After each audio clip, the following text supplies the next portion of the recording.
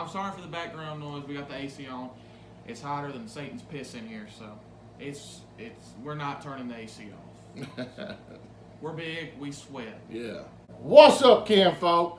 Welcome to 3 and Out.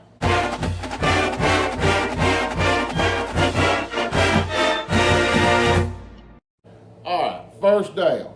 I think we all know Tank's going to get 1,000 yards, at least. If he stays healthy for at least 10 games, I think it's a given he gets 1,000. Yeah, that's pretty high. Will he get double-digit touchdowns? I think he most definitely will. I think he'll get up closer to 20 touchdowns, actually. And I think his yards per carry is going to be well over 4.5, because I think we're going to ride him all season, especially with the unknowns of the backup running backs. Great answer. Round 2, do you think, this was actually kind of from Big Matt and Diamond Dean, they were talking about Texas A&M, do you think Auburn will be number 1 defense in the conference? I think they'll be top 5. I don't know if learning a new system and coming in, they've consistently been top 5, top 3 defense in the SEC under Gus.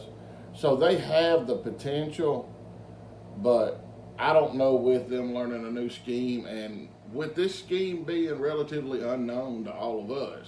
Yeah. I really don't know if they'll be number 1, but I think they'll be up there. Top 2 or 3, at lowest 5.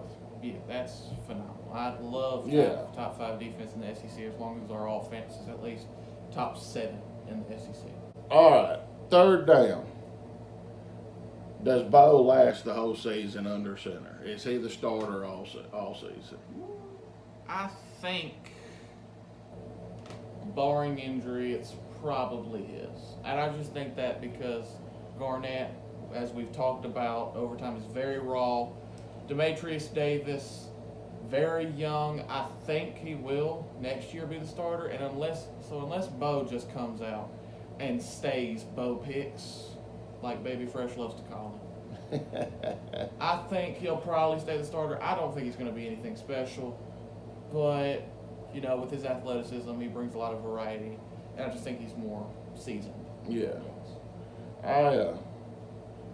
I tend to, I think we all know he'll be the starter game 1, but I tend to lean unless he just stinks it up. Yeah. He'll be the starter all season. But there's always that opportunity.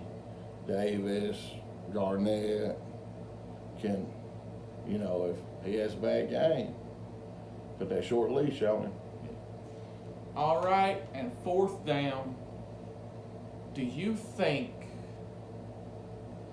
Pegues moving to D-line is going to help his future a lot? And do you think he'll get into the rotation? Yes, I do believe he'll get into the rotation. From what I read from Saturday's scrimmage, he was in the backfield. He was doing his job on defensive line. And I think Nick Eason has really done a phenomenal job transferring him from tight end to defensive line with all that athleticism. There's no way you don't let all that athleticism on the field. Now, do I think the move was good for him if he could not get down to around 260 pounds? Because I think that's the heaviest you want a tight end.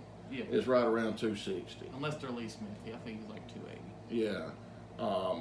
If he couldn't get down around there in weight, then yeah, I think it's a great move for his career. I can see him being a starter on the D-line. At the very least, he could be a rotational player. I think he's, 308, 310? Over 300. Yeah, he's a big boy. That's 3 and Out for you. Drop a comment, hit that subscribe button. Make sure to ask questions. We didn't have no questions this week, which is our fault. We didn't do a video until our podcast. But drop any questions you guys have, any league. We'll get back to you next Monday. Monday? Monday. Yeah, I think it's Monday. Monday. And Warrior? War Damn Eagle. Selena, go! Oh, Stop! sorry.